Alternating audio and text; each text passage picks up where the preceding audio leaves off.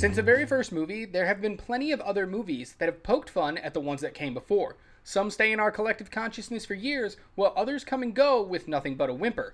Today, we're talking about one of those ones that stayed with people for years and years.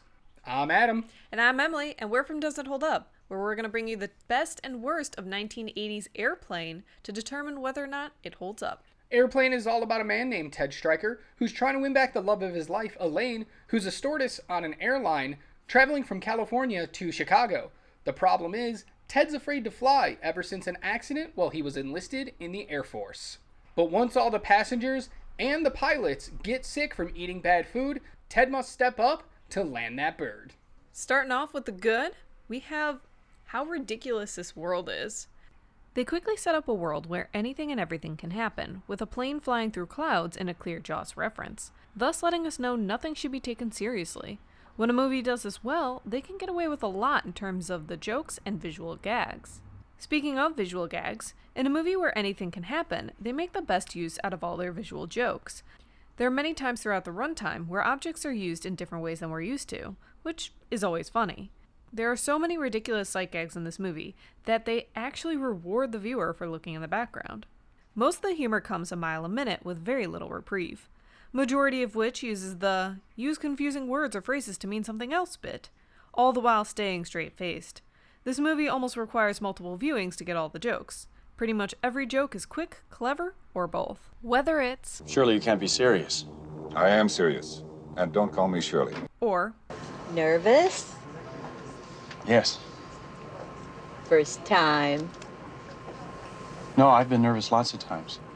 there are so many lines from this movie people know without necessarily knowing where it's from. Many of the jokes simply transcend this movie. Every line in this movie is delivered perfectly. The cast did their best so that every joke lands as well as it can. While the whole cast did a fantastic job, Leslie Nielsen is the true standout as Dr. Roomerick. His deadpan delivery of even the most ridiculous lines and actions makes everything he does that much more humorous. And now I have the burden of telling you all the bad. This movie is entirely repetitive. Every single joke that you hear at the beginning of the movie, you're going to get some variation of multiple times throughout, whether it be an auditory gag or a visual gag. It seems like the writers kind of ran out what they could do. So although it may not be the same exact joke, it's in the same realm, same type of joke, and that can get old pretty quick. Speaking of the jokes, they also go way too far sometimes. The screenwriters thought it would be fun to poke jokes at suicide, sexual innuendos involving children, abortions, and a lot of other things that wouldn't hold up to today because they are very taboo subjects that people don't tend to like to talk about. One of those subjects is racism, and this movie is chock full of it. We have two black men on the plane who speak in nothing but jive, and no one can understand them until an elderly white woman decides that she can be their translator. We also get jokes about black men being able to play basketball really well, even though it's the first time they've ever touched a ball. And we also get an airplane wearing what looks like a turban and a beard called Israeli Air, which none of that should have been okay in 1980, and definitely isn't okay today. This movie also has a very thin story. The writers seem to write all of the jokes first and then try to put a story on top of that. The main focus of the story is the love between Elaine and Ted, which is paper thin and doesn't work as well as I expect it to.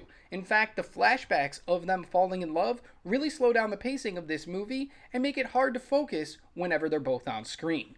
That's the bad of the movie. Let's go into what we think. Does it or does it not hold up? While I absolutely love this movie, I have to go with it does not hold up.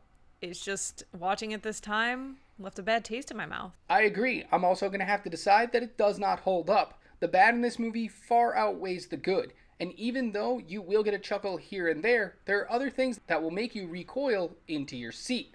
So if I ever am going to show this movie to somebody, I'd rather just show them clips than the entire thing. So this was Does It Hold Up? 1980s Airplane. If you want to hear more in-depth observation about this movie, you can check out our podcast on Apple Podcasts, Google Podcasts, Spotify, or basically anywhere podcasts are available. You can also follow us on all of our socials. Emily, what are those? We have YouTube, Facebook, TikTok, Twitter, Instagram.